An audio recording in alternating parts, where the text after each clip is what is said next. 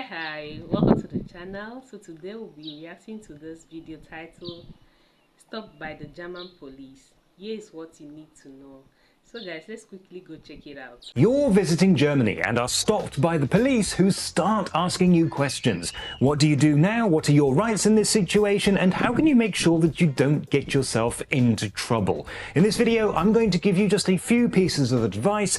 But first, I am not a lawyer, so this is not legal advice. Also, this video is not going to be helpful to you if you are in a very serious situation. If you've been arrested or are to be questioned as either a suspect or even a witness, then you really need to talk to a lawyer. Now, I don't want to give the impression that the German police are bad. Normally, they are professional and well-trained. It's not like some countries I could mention where you have to be very careful not to get shot. That is very rare in Germany. Let's put this into perspective. In 2019, a total of 15 people were killed by police in Germany. That is approximately 0.00002% of the entire population. In the same year, US police shot dead nearly 1,000 people, which is 0.0003%.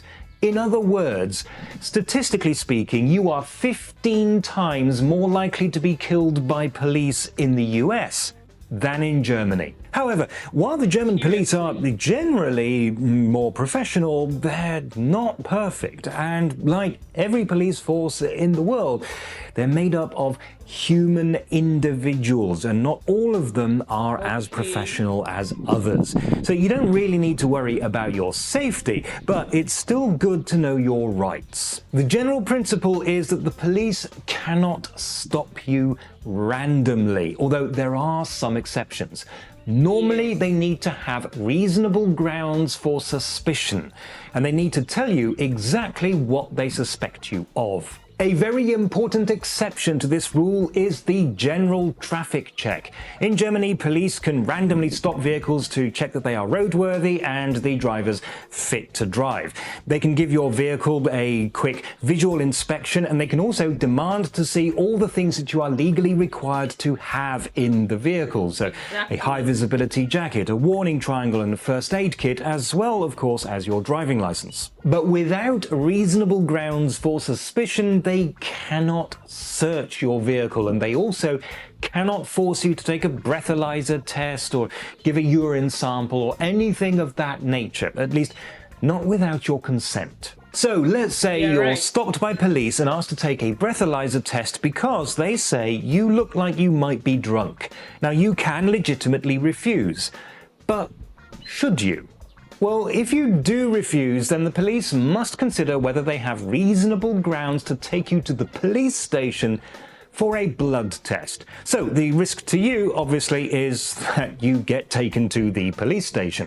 The risk to the police is that actually everything's fine, you pass the blood test, there's nothing wrong, and then they've just wasted a lot of time and money. You would probably need to make your own decision on that, but what some police officers do is to demand a urine sample on the spot. Are you serious? Did he say urine sample? Oh my goodness, I'm just hearing this for the first time. This would be so embarrassing. To demand a urine sample on the spot, which is not just inconvenient, but also massively humiliating for most people. Now, I think in a situation like that, it is worth knowing that you can refuse, and then that would force the police officers to make a decision whether to just let you go or risk taking you in for a blood test. By the way, it used to be that they needed the authorization of a judge for a blood test, but that is now no longer necessary. The second biggest exception to the no random stops rule is if you're in a situation where there is a strong possibility of criminal activity or violence. So you might be at, for example, a demonstration or an airport or a railway station or a place where criminals are known to meet. The exact rules vary from state to state, so I can't be very specific here. But in these situations, the police do have the power to stop and search random people.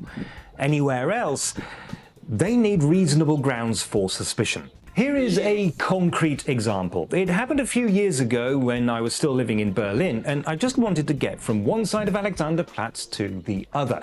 But I was stopped by a police officer who wanted to search my bag. I asked why, and they explained that some politician was giving a speech of some kind, and that therefore random stop and search was in effect. If I wanted to walk across the plaza, I had to have my bag searched. Well, I hadn't planned on attending this event. I didn't even know it was on. I didn't want to fight my way through a crowd of people, and I certainly didn't want to listen to some firebrand politician I'd never heard of jabber on about how useless the government is. So I told the officer that I would really rather not be searched, thank you very much, and that I would find a different route, at which point he shrugged and said, fair enough, and it was that easy. Alright, so if you are stopped by the police, what are their rights, what are your rights, and what should you do? Well, if you're not actually being arrested, the police don't have too many rights. They can ask whatever questions they want, but the only ones that you have to answer are those to establish your identity. Your name, date of birth, address, and nationality. The police can also demand to see your passport or ID card, and incidentally, you are legally required to possess at least one of those, although you don't normally have to carry it with you. In practice, in most cases, anything you have that will back up your answers ought to be sufficient. A driving license, for example. I once managed it with a bank card. Any other question you can refuse to answer. But of course, if you say nothing at all, the officers are likely to suspect that you have something to hide. On the other hand, if you say too much, you might accidentally incriminate yourself. Exactly. So, what do? First and most importantly, remain calm and polite. Don't give the officers any reason to get annoyed with you.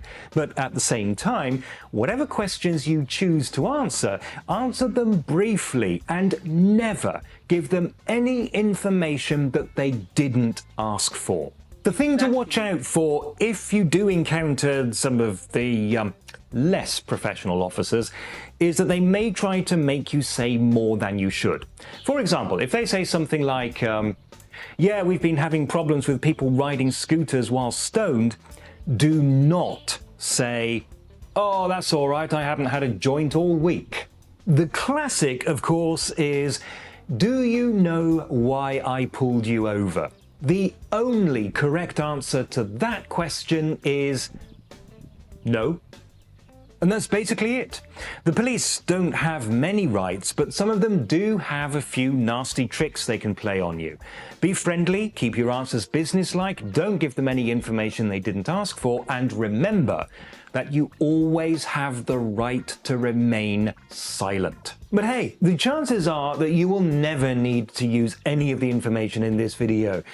If this has all been just a complete waste of your time, then that's actually a good thing. And to make sure that the driver is fit to drive. And they can also demand to see all the things that you... They can give your vehicle a...